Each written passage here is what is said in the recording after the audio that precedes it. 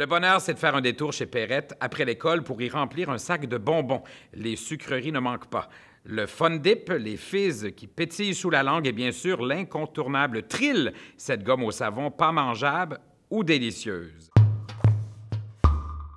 J'ai eu envie d'écrire ce livre-là d'abord pour passer le temps pendant la pandémie, mais surtout parce que je trouvais qu'on avait besoin de se réconforter en retournant dans le passé. S'il y a une chose dont on est convaincu de l'issue, c'est bien ce qui s'est passé avant. Surtout dans un monde où les choses, l'avenir est incertain, en tout cas dans ce moment chaotique qu'on vit depuis 18 mois.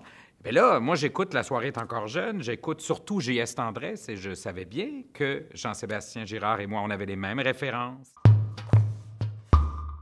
Alors, l'idée, c'est la mienne. Non, c'est une blague. C'est une idée de Tristan, en fait, qui m'a écrit. On se connaît pas. On n'est pas amis, a priori. On s'est vu sur des plateaux. Il est venu à mon émission La soirée est encore jeune, mais il me dit faudrait bien faire un projet ensemble. Mais ça, c'est une phrase qu'on entend aux 2 jours. Oui, il faudrait bien faire un projet ensemble. Il dit on va aller prendre un verre. Viens prendre un verre chez nous. Je sais comme on va jaser pendant 2 heures. On va se dire peut-être que ce serait le fun de faire telle affaire, puis ça se fera jamais. C'est comme ça que ça marche dans le milieu souvent. Ah, Tristan est arrivé avec un plan de match. Il dit on pourrait faire un livre sur les années 80, inspiré de tel livre. Je te propose les 23 chapitres. Dans le chapitre télévision, on commencerait par Peau de banane, par Les Dames de cœur. C'était extrêmement structuré. Et comme moi, j'ai jamais écrit de livre, puis que j'ai un horaire du temps bien occupé, j'ai fait comme, mon Dieu, OK. Le personnage de ce livre-là, c'est la décennie années 80, vraiment. C'est-à-dire qu'on a voulu subdiviser ça en différents chapitres. Oui, il y a bien sûr les épaulettes, le fluo, les boucles d'oreilles qui n'ont pas d'allure grosse comme des sous-verts, mais il y a aussi des objets du quotidien, mode et tendance, chanteurs, théâtre, cinéma, émissions de variété, émissions jeunesse, bien sûr, produits dérivés. On est vraiment allé dans toutes les sphères.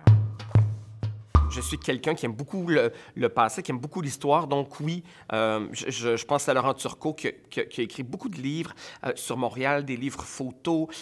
Didou Boumbarou qui a collaboré à des trucs. Moi, j'aime beaucoup regarder ces beaux livres-là avec des photos d'un Montréal ou d'un Québec qui n'existe plus aujourd'hui. Je trouve ça important que ces livres-là existent. J'adore les fréquenter. Et donc, c'est un peu dans cet esprit-là. Si vous êtes né dans les années 80, vous allez faire « Ah, wow, mon époque ». Et si vous êtes né après, vous allez faire « Wow, mais c'est donc bien une époque extraordinaire. Je suis déçu. Je reproche à mes parents de ne pas m'avoir mis au monde plus rapidement parce que j'ai manqué un gros party. » Ouais.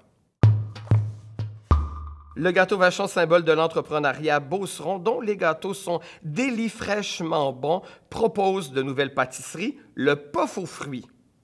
C'est également l'âge d'or des céréales colorées associées aux licences populaires. Pac-Man, Fraisinette et Mr. T agrémentent les boîtes de ces friandises matinales aux couleurs vides, accompagnées d'une surprise à l'intérieur.